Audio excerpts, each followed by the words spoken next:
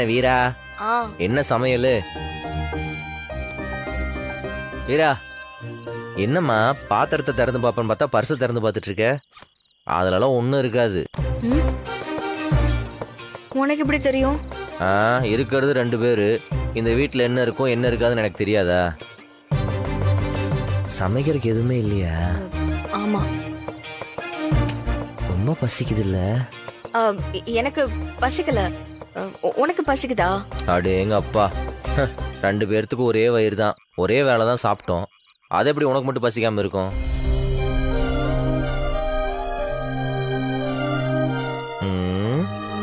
சரி இரு வரேன். எங்க போற? வரேன் இரு. எங்க போற? வரேன் இருடி.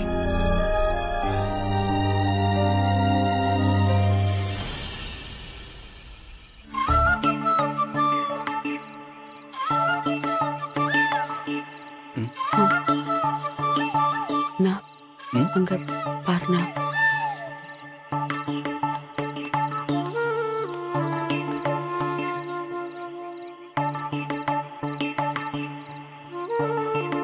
வீரா, இந்தா. ஏது இதெல்லாம்? நம்ம அண்ணாச்சி கடையில வாங்கினேன். ஏய், காசே இல்ல, இதெல்லாம் எப்படி வாங்கிட்டு வந்த? அண்ணாச்சிங்கிறவர் எதுக்கு இருக்காரு? கடன் கொடுக்க தானே, அக்கௌண்ட்ல வாங்கியிருக்கேன். கொடுத்தாரா? அதெல்லாம் கொடுப்பாரு. வீரா, நான் வீட்டுக்கு தான் கெட்டவன். இந்த ஏரியால எல்லாருக்கும் என் மேல நம்பிக்கை இருக்கு. யார் என்ன கேட்டாலும் செய்வாங்க. நான் தான் கேட்க மாட்டேன். சரி, நம்ம கரெக்டா அடுத்த மாசம் சம்பளம் வந்த உடனே திருப்பி இந்த கடனை கொடுத்துடலாம். சரி சீக்கிரம் சமைக்கிறியா? பசிக்குது. குடு குடு. சாப்பிட கூட எதுவும் இல்லை போல இருக்கு. அதான் ஏதோ கடையில வாங்கிட்டு வந்திருக்கான். பாக்குறதுக்கே மனசு கஷ்டமா இருக்குண்ணா. அவனை எப்படி எல்லாம் வளர்த்த, அவன் இன்னைக்கு இந்த நிலைமையில. மாறா, மாமா என்ன சொல்லிட்டு போறாருன்னு உனக்கு தெரியுதா? என்கிட்ட நேரா சொல்றதுக்கு தயங்கிட்டு ஜாடமாடியே பேசிட்டு போறாரு, அதானே? இல்லடா, அது இல்ல. அதுல என்ன இருக்குங்கிறது தான் விஷயம். உன்னை மாமா துணி கடை போட சொல்றாரு. 6 வயசுல இருந்து துணி கடையில தானே இருக்கான். ஏன் அந்த வியாபாரம் உனக்கு தெரியாதா? நமக்கு தெரிஞ்ச பிசினஸ் தானே, அத பத்தி யோசிக்காம நாம் பாட்டுக்கு பிரியாணி கடை, பானிபூரி கடை. மரணி எப்படிப்பட்ட ஆள் தெரியுமா? எப்படிப்பட்ட ஆளுங்க? அப்பப்ப உன் தலையை தட்டுறதுக்கு யாராவது இருந்துகிட்டே இருக்கணும். இல்லன்னு வெயி, கடிவாளம் கட்டின குதிரை மாதிரி ஒரே பக்கம் பார்த்து போய்கிட்டே இருப்ப. நீ ஏன் நக்கல் பண்ற பத்தியா? உண்மையதான்ப்பா சொன்ன. மாமா சொன்னதை நடத்துற வேலையை பார்க்கலாம். நீதான் என் கூட இருக்கல்ல, காமிச்சிடலாம்.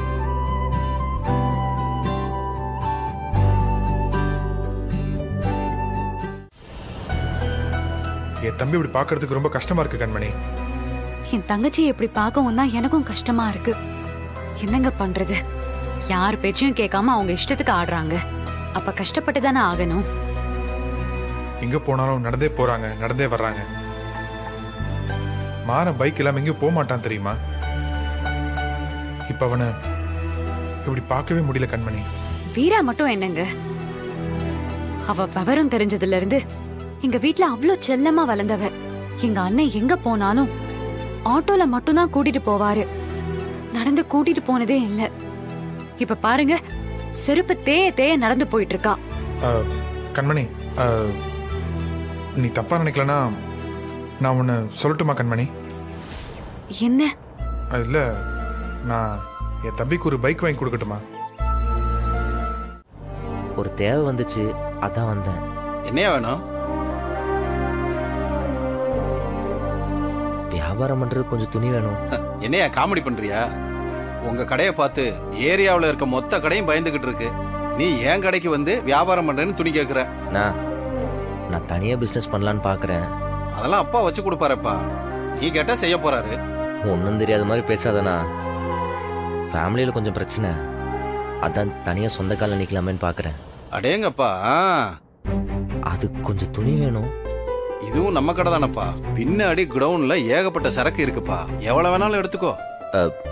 இப்ப பணம் 1 ரூபா கூட இல்லைண்ணா. உழைப்பு தான் இருக்கு. மொத்தமா வித்துட்டு உங்க பணத்தை நான் திருப்பி கொடுத்துட்றேன்.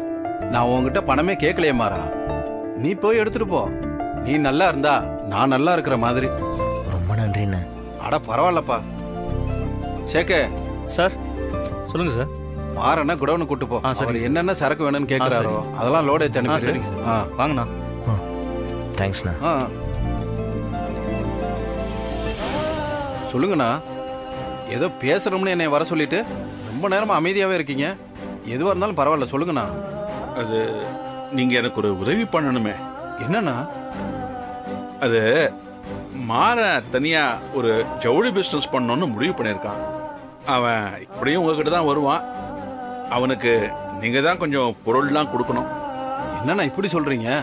நான் உங்க பையனுக்கு செய்யாம வேற யாருக்கு செய்ய போறேன்? புரியுது செல்வராஜ். இருந்தாலும் நாணயம்னு ஒண்ணு இருக்குல்ல. அவன் ரொம்ப நாணயமானவன். நம்பி கொடுக்கலாம். ஒருவேளை அவனால பணத்தை திரும்ப கொடுக்க முடியலனா நான் திரும்ப கொடுத்துறேன். நீங்க சொல்லிட்டீங்கல்ல, நான் கொடுக்கறேனா? சந்தோஷம். பாருங்கண்ணா, பிசினஸ்ல உங்களே தாண்டி வர போறான். எல்லா தகப்பனும் தாம் புள்ள தனக்கு மேல மிஞ்சி போகணும் தான் நினைப்பான். அப்படி நடந்தா சந்தோஷம் தானே.